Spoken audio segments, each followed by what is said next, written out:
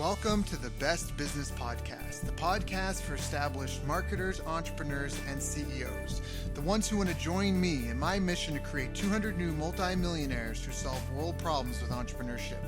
If that's you, then this podcast was created to give you access to the tools, training, strategies, and tactics you need to achieve multiple seven-figure profits as soon as possible. This world needs the best business you can build, so please get ready, open your mind, believe you can do this, and let's build a better world together for future generations. Hello everyone, thank you for joining us. My name is Daryl Urbanski, your host as always, and today we are joined by a longtime friend and winner of the 2010 Infusionsoft Ultimate Marketer of the Year Award, Bob Britton. And Bob got his start in business with an auto repair shop. He took a small one-man show shop and grew it into multiple locations, generating millions in revenue in just a few short years. Being an avid computer geek since childhood, Bob took his techie knowledge and applied it to business automation to triple the sales and profits in his business. He then started two other businesses, Computer Service Profits, a company that helps small IT business owners utilize powerful marketing strategies, and Marketing Automation Group, a team of highly motivated entrepreneurs working together to implement automation in their businesses and reap tremendous rewards in doing so. Winning the Infusionsoft Ultimate Marketer Award came from his unique ability to combine technology with traditional business to see massive improvements in efficiency and profits. Bob now spends his time helping other small business owners realize their dreams and duplicate the success he's enjoyed. Bob lives in upstate New York with his high school sweetheart, two children, and is taking time away from them today at my request so he can share with us some of his best business growth and automation secrets. So, Bob, thank you so much for joining us. It's always a pleasure to talk. How you doing, my friend? Yeah, I'm doing great, man. Really, thanks for having me. I'm really excited to be here today. Yeah, well, I mean, we were talking about this before. In some circles, people are a little bit more not internet, but just automation savvy. But, you know, there's a ton of people out there who just like small hinges swing such big doors, and they just, you know, they're just so unaware. And like you said, like you stepped, I think once you said you stepped out into like communities outside of Infusionsoft, and it was just like light bulbs going off for everybody out there. And it's life-changing information for a lot of these people. Like it's massive. So Totally. yeah, so I really appreciate it because I'm hopeful that there's a couple of people listening to this call today whose lives will be changed, because I know that when you were up on the stage, you were talking about you did the triple. I remember you did a presentation, you're like, I did the triple. I tripled my profits, I tripled my business projects, and I tripled my time off, or it was something like that. I think that was the third. Like that. Was that the third one? Yeah, you were like, I did and I was like, oh, like my jaw, like I was drooling. Like they had to bring him up because I was like, how did he do? Because at the time I was doing, you know, the 16-hour grind and, you know, all that sort of stuff. And then, so I appreciate that, man. You know, for spurring me into action. So. That's awesome. Well, you've done some amazing things since. That's very cool. I know. It's an interesting journey all of us are on. So, but how did you even get started? I mean, we touched a little bit that you started off, you know, kind of techie. As a child, you had an interest in technology at least. But how did you get to the auto shop? I remember part of your story too, like you bought it and then you were like, what'd I do? Because it was like a terrible location and stuff. And so, it was like... Yeah. How did you get started? So, well, that's... where we start all the way at the beginning, or you know, let's shortcut a little bit. So I'll give you the abridged version.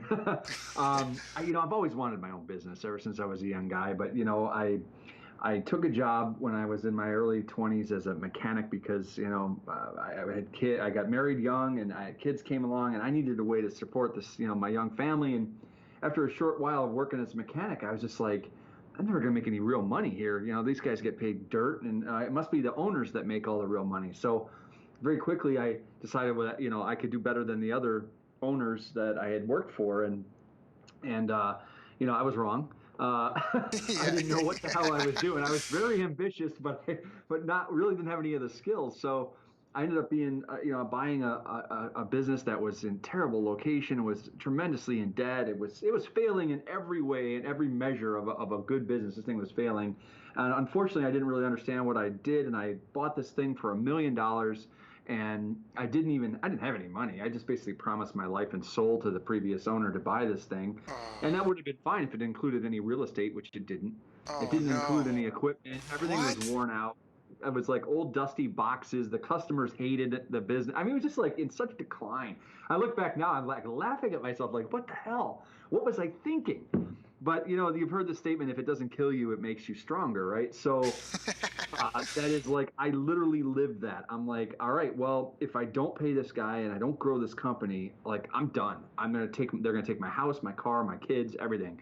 And so I was like, it's time to go to work. And I just started pouring myself into direct response marketing because that location was so bad that you couldn't see this building from the street. You like had to go basically and, Right. turn and drive, and so I'm like, I got to make this a destination business. I got to make people want to come here. So I started really pouring myself into direct response, and I read everything. I went to these closed door boot camps and started to learn, started testing things. And, frankly, I got really good at it. And I started just like jamming that business with cars. And we actually had to like rent parking lots that were down the street, park cars down the street because there's so many cars were coming in. And so I got really good at that, except I had another painful lesson to learn there, which is I call my churn and burn. So yeah, I got really good at driving in a ton of new business, and the staff that I had, because I didn't have any management skills, Hmm. all they did is burn them out as fast as I was bringing them in. So Right. it was Right. like, it was terrible. It was like, oh my God, now I'm spending money to bring these people in. I'm bringing them in and we're pissing them off and they're not coming back.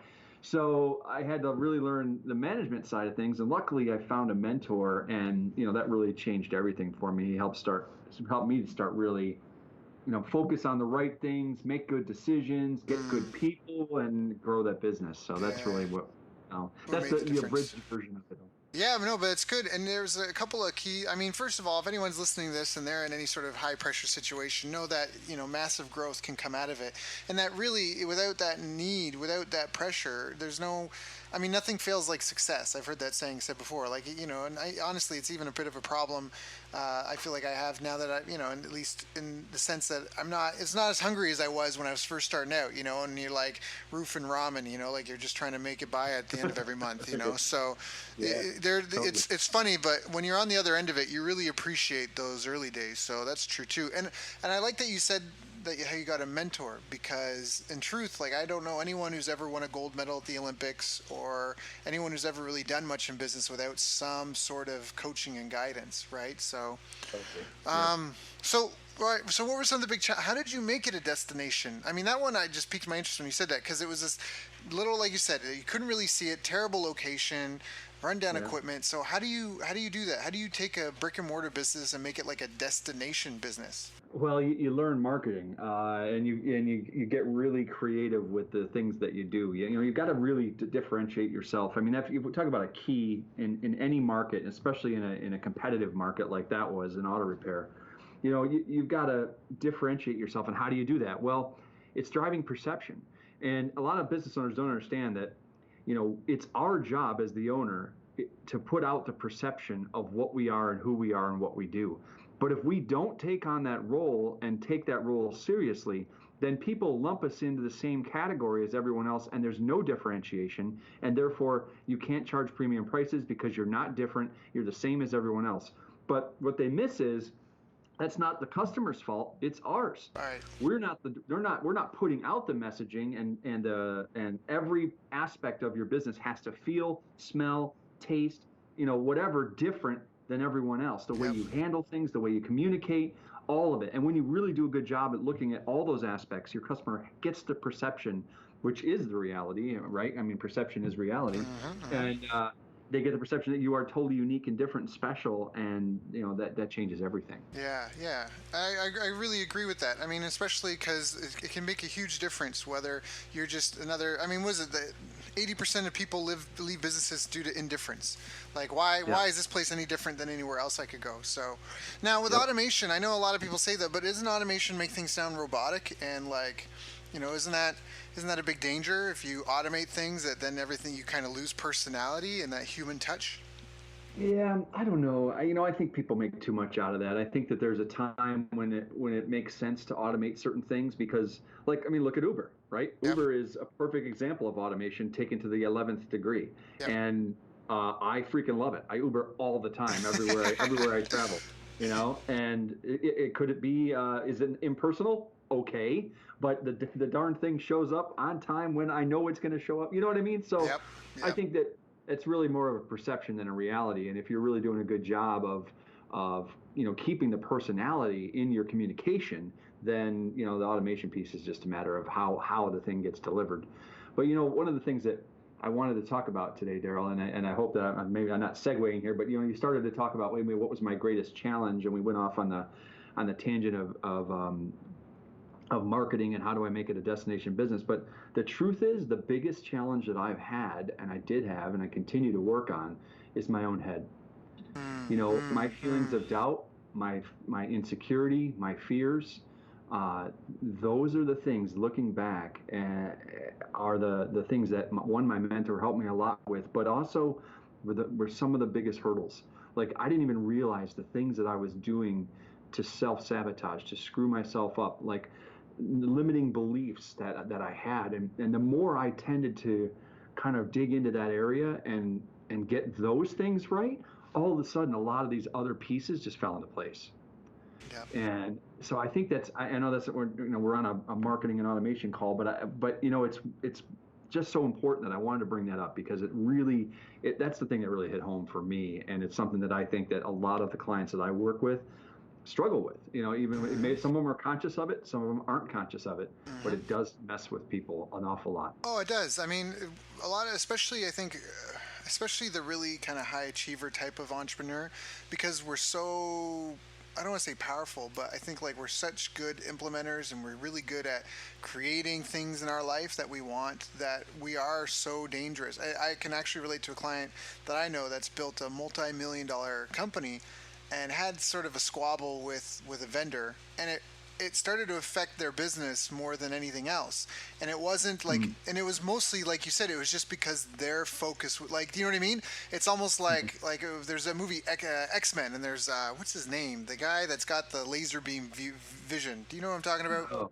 Yeah, I do know. I can't remember. I can't remember his name either. I don't. It's not Cyclops or whatever. But anyways, he's like with Wolverine. Yeah. He's like with Wolverine then. But it's like that. Whatever we focus on will grow. Like, we're so good at that. So if you take our eye off the prize, there's actually even a really good interview for Eric Schmidt, CEO of Google, did with Fortune magazine, where he was recommended to get a coach, and he was like, I don't need a coach. Why would I need a coach? Am I doing something wrong? And it was like, no, but everybody needs a coach, because when you're in the game, it's really hard to watch what you're doing and when you're focusing on the wrong things, and and you're missing the bigger picture. So I think that mindset piece is really huge. Having trained a lot of athletes myself too, people just get down, they get frustrated. You have mood swings. You don't even family influences you. You don't even know what's going on. So all right. I found that people get messed up over money too. They like the fear of loss is greater than the desire for gain a lot of times. So people will be like, oh, I don't know about this. I'm like, what do you? I mean, I had not a fight, but I had, one of my favorite clients I've been working with for a long time. And we went round and round. I'm like, you need to start doing pay-per-click advertising. She's like, oh, that's like gambling online. Yeah. I'm like, it's not. Know what you're doing, and trust me, I'm right here with you.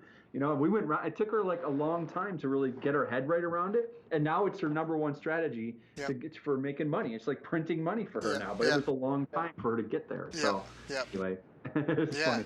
No, I fully agree. It's so funny, because they'll hire a sales rep, and they'll pay that sales rep like a baseline salary, like $2-3 grand a month plus commission, and that sales rep can fumble around for 2-3 months. But if they spend $1,000 on ads and they don't get a result, it's like, they're burning money. I totally get that. That. So mindset's such a huge thing, and even just people don't get that.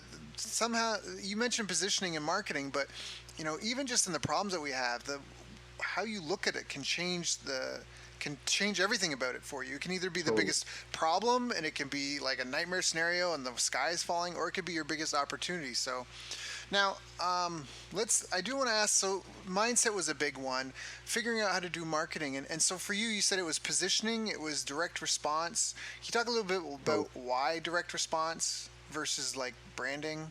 Yeah, well, branding is awesome if you're, a multi-billion-dollar company. You got money to burn, and that's not entirely true. You don't have to be a huge company to use branding, but you have to understand how to use branding.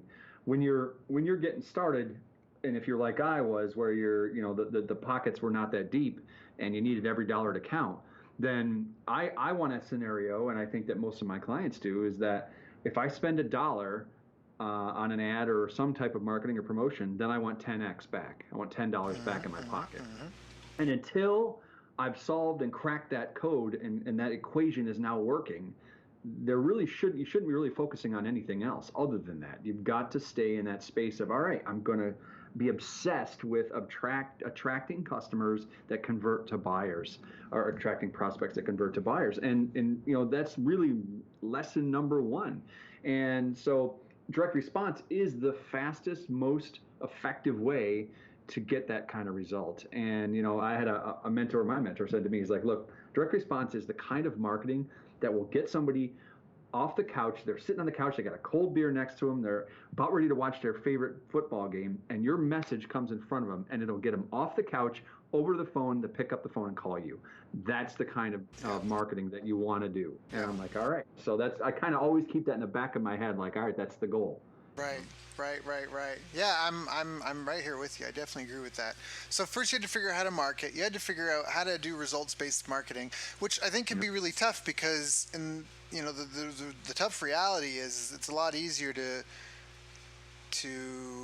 what do I want to say? It's a lot easier to, well, it's like, yeah, I mean, it's a lot easier to either just jump on the new shiny objects, bandwagon, or to be like, well, I'm a content marketer and it's going to take time, or I'm doing SEO and it takes 8 to 16 months, versus the real raw, like, look, I made this many offers to this many people and nobody responded. I got 1 million impressions and I got no orders.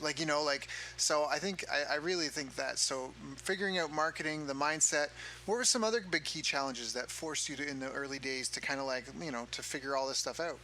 Well, I think I had to really figure out that the money in the marketplace goes to the guy or the person who's perceived to be like the best. And I don't know how to phrase that so that everyone understands. But when you're building a company, you're building a business, if you're seen as the same as everyone else, then you really can't be at the top of that. But when you step out of that and create a new category or create a different way that you're doing things, you're seen as the leader or the expert. And the leader and expert never has a shortage of customers or people wanting to give them money. And in fact, they can charge anything they want because they're seen and perceived as this separate, unique type of thing. They have their own way of doing things, and it's extremely valuable. So people will line up to give you money. And in auto repair, that was really difficult to do in terms of marketing. And speaking of difficult things, I was joking with somebody the other day, but it's really true. Like, I got to be a really good salesman. Like I did, because in the situation I was in, I had to sell something that nobody wants, auto repair, at a profit margin nobody wanted to pay for. So it's like, think about it for a second. Like, who wants to spend $1 more on their car repairs than they have to, right? Nobody in their right mind. And so in the situation I was in, I had to sell it at a really high profit margin. My labor rates were higher than everyone else. And so I got really good at selling. And the other day I was selling something and it was like $12,000, which now is like, no big deal. But then that was huge for me. Right. And so I got really, really good at selling stuff. And then now I'm selling other things. Move on many years later, I've sold all kinds of products and services, millions of dollars worth of various stuff.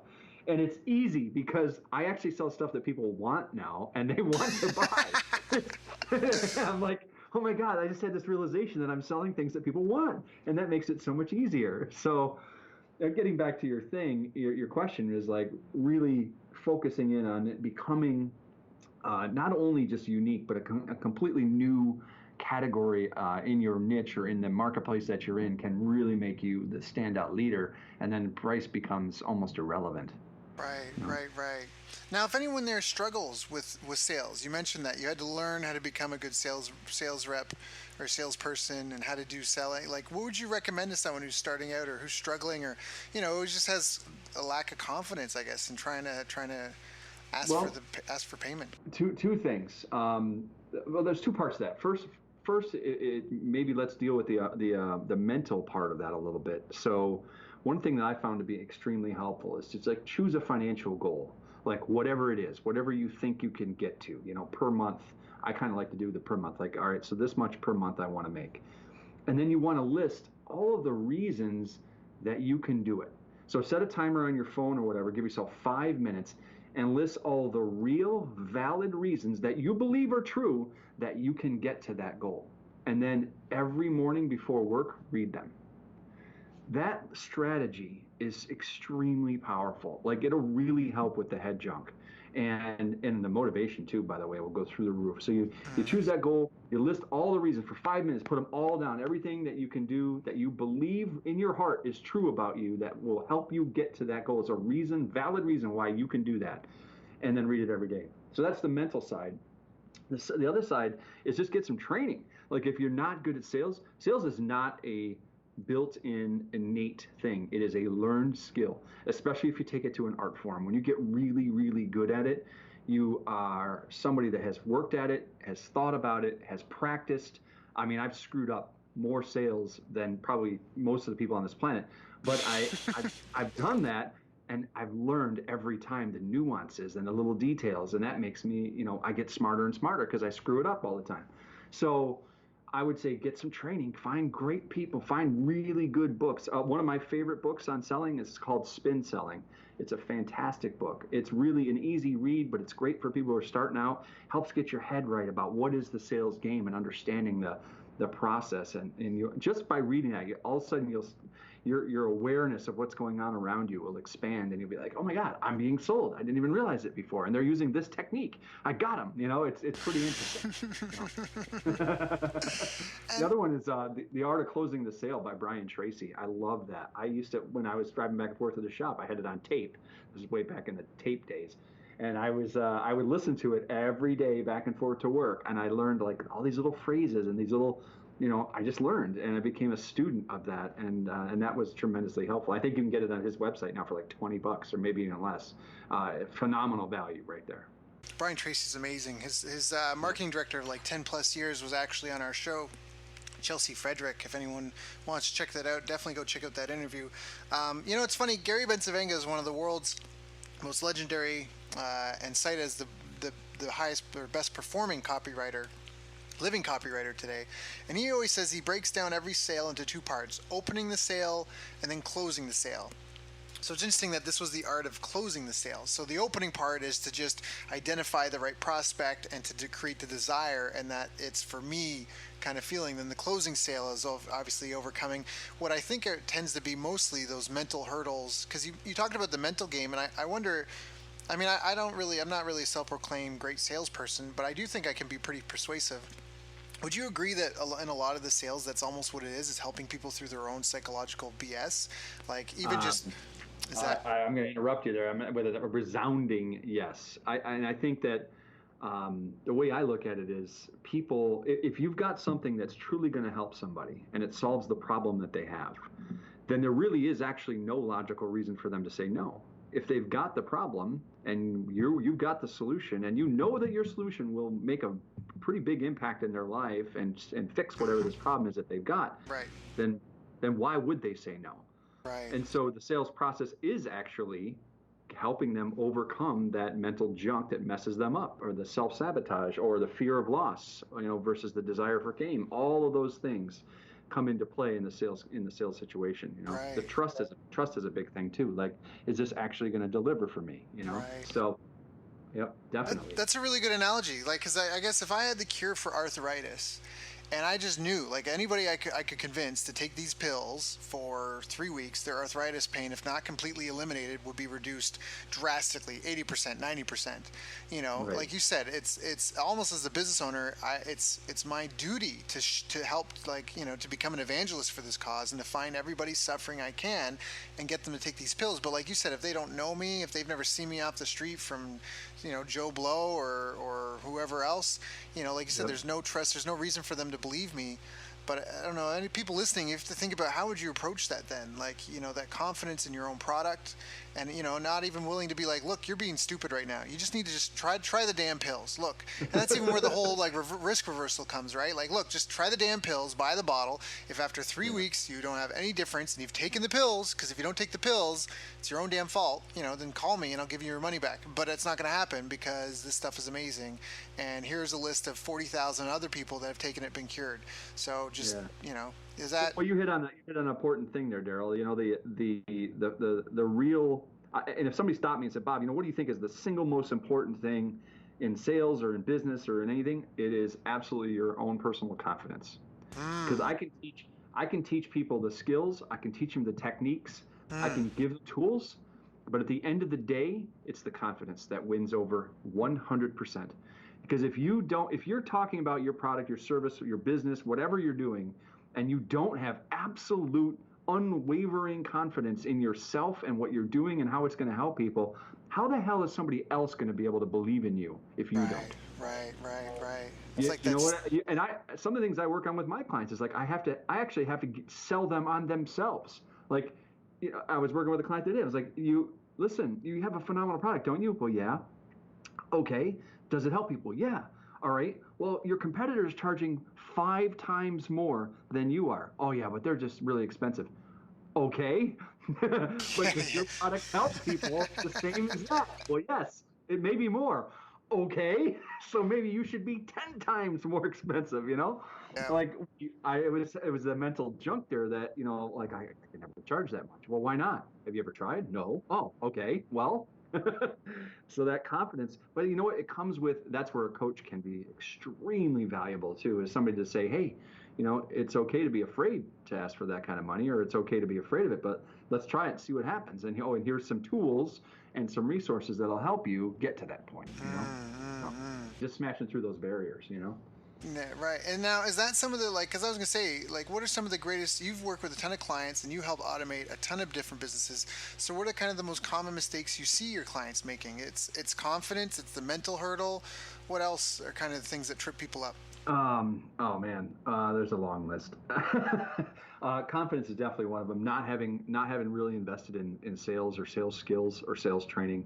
Um, Shiny object syndrome is awful. Like I see, let's be frank. I know this is like an automation kind of thing, but honestly, when I approach working with a business owner or a client at any point, they say, "Well, do I need an automation tool like Infusionsoft or Entreport? Do I need one of these things?" And the answer is absolutely no, under no circumstance, because almost every single person I work with, they haven't done the foundational pieces of the work before that they need to do before that becomes really Right, valuable.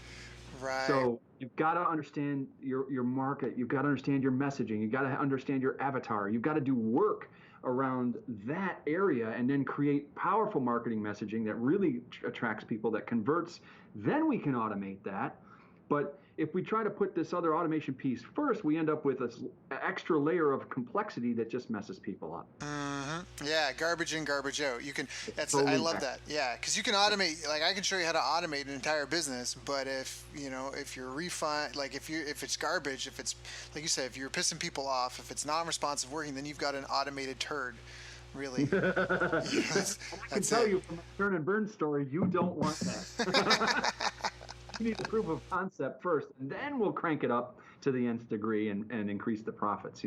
When I won the Ultimate Marketer Award those years ago, the reason I was able to grow that business and do what I did was because I already had those other foundational pieces in place, and then automating it. All it did was drop profit to the bottom line.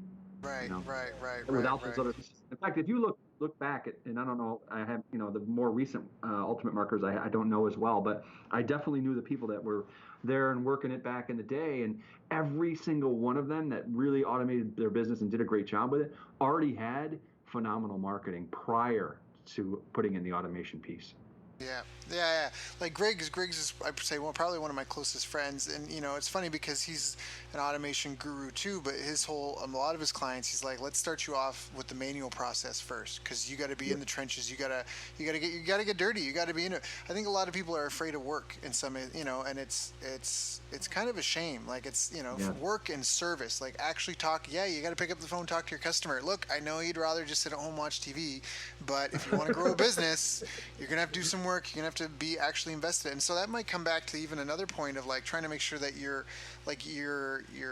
life purpose is in line with what you're trying to build a business around. Because if you're a dentist but you just despise your clients and you just despise being in that chair, like, you know what I mean? You're just not going to be able to put the time and energy and effort in, like you said, to really to empathize with your clients and be able to create marketing messages and communication messages around that, and referral Right. programs and like the things that you will need to build a successful business, and then like you said, and then automate it. So, um, Right.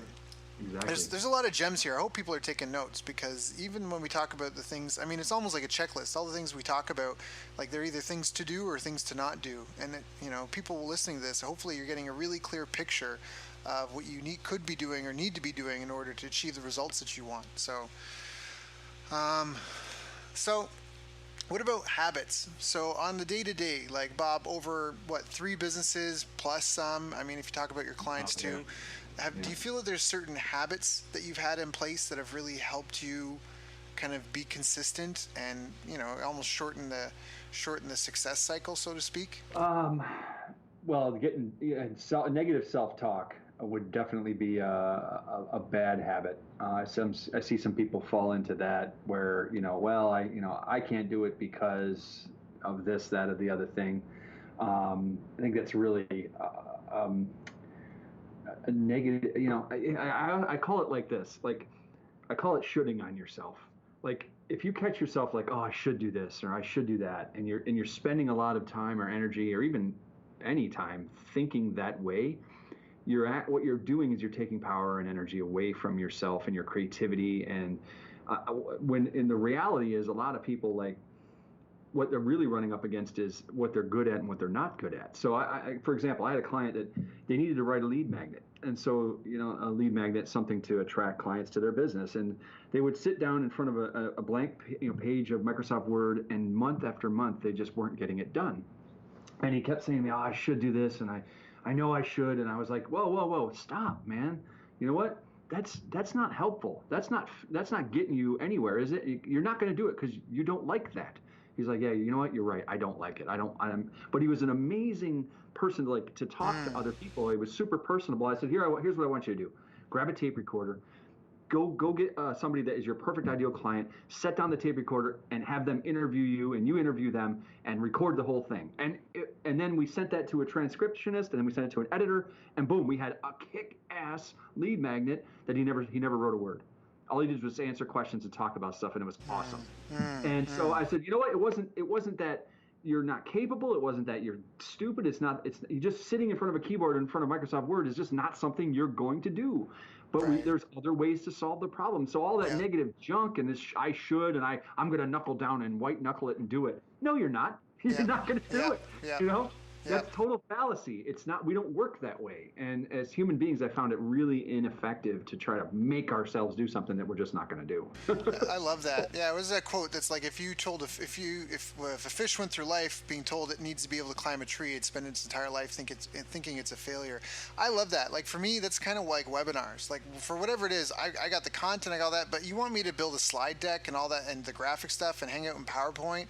I did a ton of those when I was a kid, like in my early 20s, but for whatever reason now, it's worse than pulling teeth. Like, I outsource the slide decks and I just do almost like the podcast, like, boom, like, done. I think that's really playing to your strengths and not being afraid of that. Like, I like that, the shoulding. The not shooting yourself. I know people that they don't even touch webinars and they do multiple millions.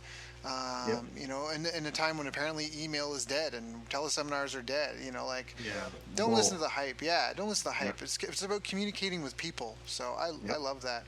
So Yep. you mentioned a lead magnet. So for those that don't know, lead magnet is basically like something you would trade someone to know who they are. So unless you're in the business, unless you're extremely, extremely persuasive, which I think less than 0.005% of the population is, you need to build relationships with your prospects almost always. And so the concept is you would have something that people would come to you for, and it could be free, it could be a low price point as well, and in exchange for that you get to know who they are, so now you can kind of talk to them over time. Bob, now I want to ask about this though. When it comes to refining your sales pitch and your sales presentation, are you still a fan? Like, would you suggest someone drive traffic to a lead magnet first and then have them hit the sales video or the sales page or get on the phone and sell them? Or would you just have them go straight to lead form or straight to the sales page or sales letter or whatever? I can tell you that I've worked in now, let's call it 100 different niches, every walk of business, all kinds. And I cannot sit here and honestly say that one thing works better than the other. What I can say is different niches respond differently to different ways of presenting the material. Okay. So, and that's the honest answer. That being said, I have done from an ad directly to a webinar. I've done from an ad to a lead magnet to a webinar. I've done from an ad to a sales video. I've done from an ad to, a landing page, a squeeze page. You name it, every combination and iteration of that I've tried, and different niches really do respond differently to different things. So, all I could say to people is, hey, let's test things. But my one rule of thumb, which I try to never vary from, is how quickly can I get eyeballs on an offer? Because until you make an offer to somebody, they can't say no, or they can't say yes. So you've got to get an offer in front of people as quickly as possible and see what happens. So, it's measure, rinse, repeat, and then, try again. And again, sometimes adding that extra step in ahead of time. Okay, we need a little more trust. We need a little more authority. Okay, a lead magnet can deliver that. Sometimes we don't need that. It depends on the price point, what we're selling. There's a lot of variables that kind of go into that decision. But at the end of the day, the marketplace always tells you, and they vote with their dollars. Right. So I love that. So you need eyes on the presentation to know whether it's a webinar, whatever it is. Eyes on the offer, man. Eyes on the offer.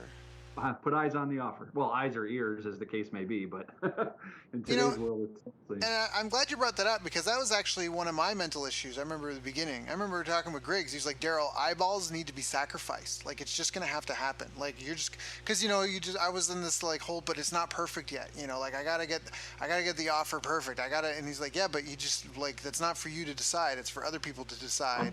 Yep. And at the same time, I think there's some of the people listening, there's that fear, like some of these people listening, they probably are sitting on a multi-million-dollar business. They might be in a market where they could be generating millions and millions of dollars, but really they're only doing, maybe a modest 5 figures a year.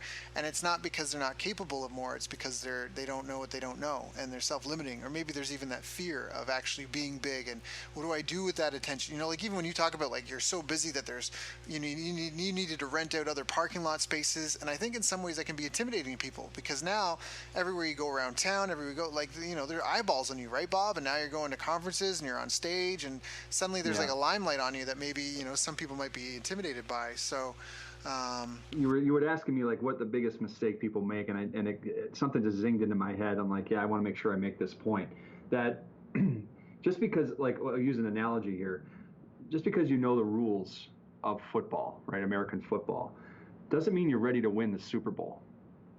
Right? I mean, you can understand the game, but not really understand the nuances. Right. And I think that's one of the big mistakes I see people make. Like, oh, well, I went and bought this online course, and now I'm a certified online marketing genius. Well, okay. You've learned the rules, but you maybe really don't understand the nuances. And so I like to look at things from a more practical standpoint, like, all right, and that's where, again, getting back to, I don't mean to harp on the coach thing, but that's where somebody who's kind of walked the road before can say, well, okay, yes, that's the basic fundamentals, and yeah, you're right, we want to move the ball forward in 4 downs, but there's a little bit more to it than just that. You know what I'm saying? So. Yep.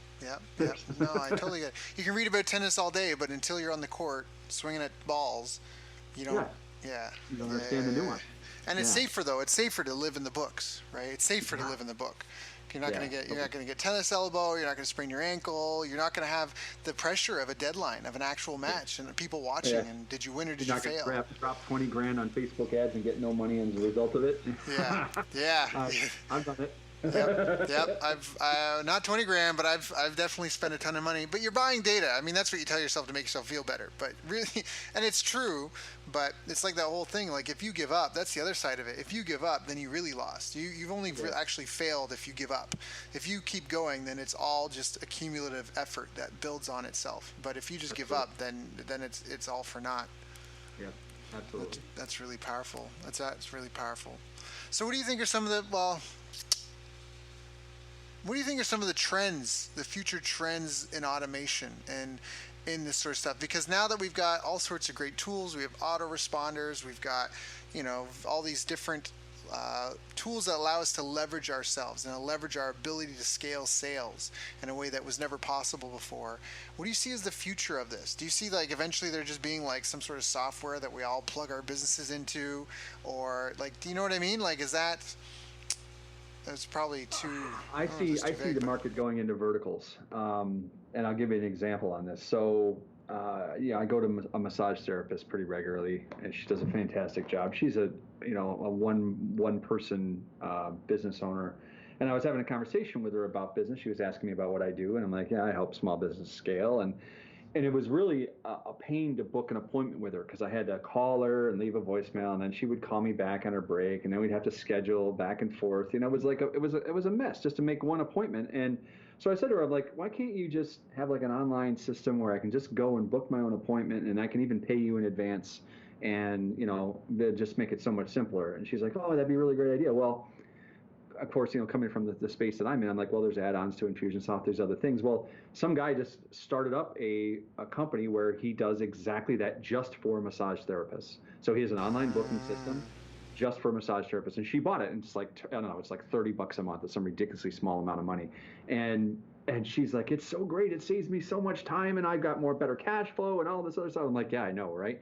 So I'm thinking of that, and you're asking me where do I see the trend? I see that's being the trend. There are these various automation platforms, there are these various CRMs and all these other things out there, but they're going to start going into verticals where this particular system works best for our repair shops, and this particular one works best for massage therapists, and this one's designed exactly for doctors, and this one's for lawyers, and this one's for, because each business has its own unique type of nuances and requirements, and there's just certain things like Uber, perfect example. That particular system works beautifully for that particular niche.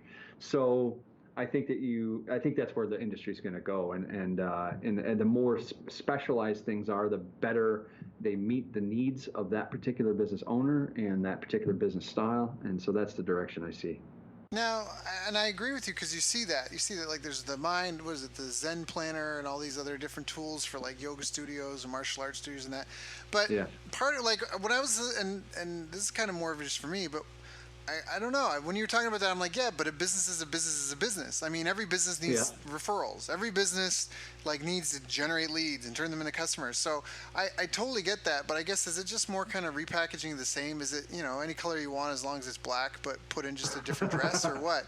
Like, Well, maybe, but I mean, to your example, like most business owners are busy and they don't want to invent the wheel. right, So they want somebody else to do all the heavy lifting, and all they get is the result. And right. honestly, I mean, think about it, Daryl. Do we really care as business owners? Do we really care about anything other than the result? I Yeah, don't. no, no, You no, know, not at just all.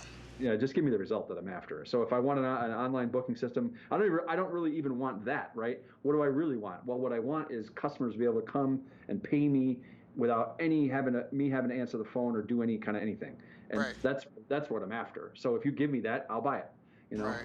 and I think that most business owners are that way. So yeah, you're right. To some degree, every business is the same, and yet to some degree, every business does have special needs, and so if we can meet both of those, then there's a total win across the board. And it almost comes back to the marketing. I mean, the tool might be the same back end tool, but geez, it's got 7 different white labeled front ends because it has to speak to the potential person and their Yeah. situation. Yes. Yeah. Exactly. Yeah, Yep. yeah, yeah, okay. No, that's definitely Yep. clicking for me. Yeah, Yeah. okay, that makes a ton of sense. I definitely get that. Um, it's just been come such a long way. Do you think that there's been any big changes? Like, we're talking about the future, but seeing where we've come from. I mean, you've been at this game a long time, Longer than most. Yeah. longer than a lot of people. Do you think that there's anything that, like, what were the big significant evolutions? I'm just kind of curious. Because things, I think, it's almost like a kid. Like, you never really notice your kid or your pet or something, like, grow because you're with them every day. But if you were to just come back and forth and look at them over times, you'd see these massive growths. Do Yeah. you think that there's happened in the business community at all? Sorry, I know, not trying to throw you like a wild ball, but I actually want your perspective as a guy who's been around for a long time. Looking back on how the communities have evolved, and even knowing that there's a ton of people out there that don't know a thing about any of this stuff. They're like, direct response, what? Like, all these businesses that depend on word of mouth marketing or just referrals, or you know what I mean? Like, do you think there's Yeah. been really big leaps and bounds? Do you think that there's massive gaps, and some people are really far ahead and other people are far behind? Like, what do you? Well, and to answer that question, there's some that are far ahead and some that are far. Most of the people who are probably listening to this podcast, I would assume, are on the cutting edge of what is available in the business world. I know for a fact if I stopped 1,000 business owners on the street and said, tell me about CRM automation tools and how it affects your business, most of them would look at me like a deer in the headlights, have no idea what the heck I'm talking about. Right. This stuff that we're talking about and the things that we're doing, I know it seems like it's been around a while, quote unquote, but in the grander scheme of things, it's still brand new. And then you add in like marketing platforms like Facebook. Facebook is without question one of the greatest marketing tools that ever was created, and it just keeps getting better and better for a marketer like me. And I'm looking at that going, this thing is only a couple years old, man. I mean, it's only a few years old, and so who really knows anything about where this is going? We don't even know how awesome this is going to be yet, but I know I'm investing in it. You know what I mean? So, are there huge gaps? Absolutely. Here's what I do know. I do know that in terms of a trend, online marketing is going to overcome everything else and swallow it all up. It will become the single most profitable thing a business owner can do if they do it right. Yep. And that's already true, I believe, from the perspective I'm standing in. But the newspaper is still out there, and there's a certain demographic that still reads it, and there's still other print advertising and magazines and so on, and certain demographics read those. But in terms of really being able to have a significant impact for most of the businesses I deal with, it's online marketing for sure. And Well, I think because you can reach people, and honestly, I mean, you test it online and take it offline. I mean, that's the other part. I mean, online dating, more people are meeting with online dating now than I think meet offline with anything. But guess what? You still got to meet offline to go for that coffee. You know what I mean? Yeah, so, totally. I think, I definitely get where you're going with that. Wow. Sorry, my wheels are spinning because, Bob, I got so much background knowledge like on you and everything else, and I think that there's just so much that we could cover in this time. I really think that we could go hours on this stuff, man. I love it. I mean, I never get tired of talking about business and scaling a business and growth and marketing. It's just so much fun. Yeah, and especially seeing the results that you help get people. So that's awesome. That's I think the real benefit too. So now for those people that are listening here, well, is there anything, Bob, was there anything that I should have asked you that I haven't asked you yet? So I don't know that that's true, but there was one thing I did want to kind of touch on. Like people have asked me a lot, like, what is, Bob, what's the thing I should focus on the most? Like what one thing, if you had to pick one thing, and I'm trying to grow my business and, what should I really put my focus and energy on? I would make this the thing. I would say make revenue generation your obsession. Like, not like I want to do that, I like to think about it. Make it an obsession. Like every day you're looking at it going, am I generating revenue? Is this what I'm doing right now, generating revenue, or is it just spinning my wheels? If it's spinning your wheels, get it off your plate, give it to somebody else if it has to be done. But your job as the leader, as the business owner, as the director of the traffic, so to speak, you got to make it your obsession. You're totally obsessed with income generation, with revenue generation. And if you do that, you cannot fail. I love that. You know what else I love about that too is I remember one of my mentors saying, Daryl, if you put full-time hours in anything, it's going to be really difficult for you to not be successful at that once you start gaining momentum. If you put full-time hours. That goes hand in hand, Daryl, with like, once you make revenue generation your obsession, then money fixes a lot of problems. Right. You got money rolling in now. You can just hire people. You have a lot more choices once that becomes a reality. Right. Yeah.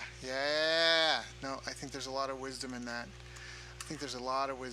Bob, I really appreciate your time today. For the listeners that have been listening and that have really enjoyed what we've gone over, if they want to dive deeper with you, if they want to get in touch, if they want to follow and learn some of the techniques and the nitty-gritty know-how stuff about automating the business that you've taught me, that you can share, what are some of the best ways for them to get in touch with you? Well, two things. You can always go to my website, marketingautomationgroup.com. There's a ton of resources there, some videos, training, free stuff. But also for your listeners, I put something together specific just for the people on this podcast, and I want to give that out too. It's go to magauthority, magauthority.com/bestbusiness. And when you go to that URL, you'll get a download. I put together a focus worksheet that I give out to my clients.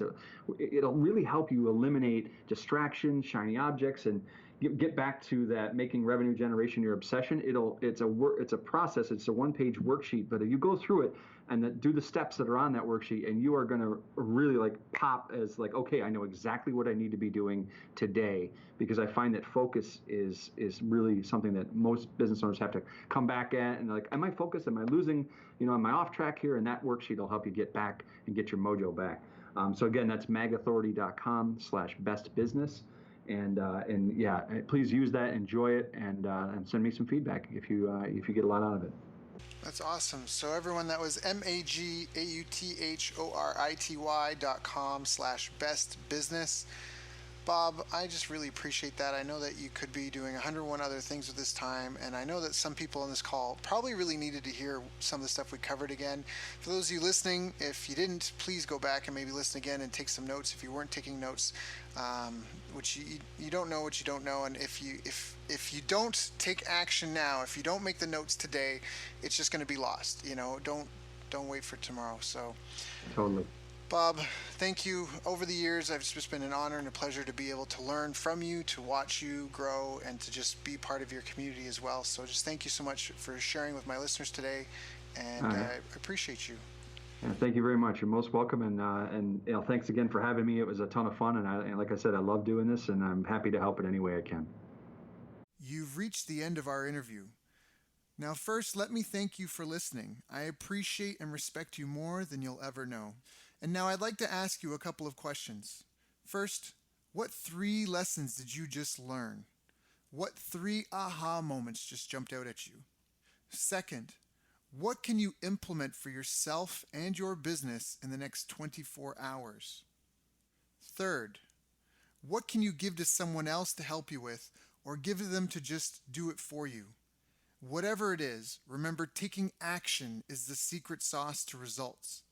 Now, if you think this interview would be helpful for a friend, please give them a link to it. It'll help them and it'll help me too.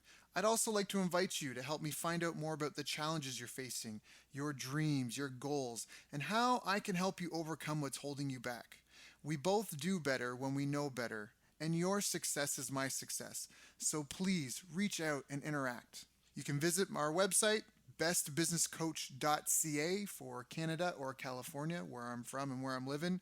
You're welcome to also try out one of our paid programs. You can find us on YouTube, Facebook, and pretty much every other social media channel you can think of. You should also subscribe to the podcast, and if you're enjoying them, please leave us a nice review. It really helps.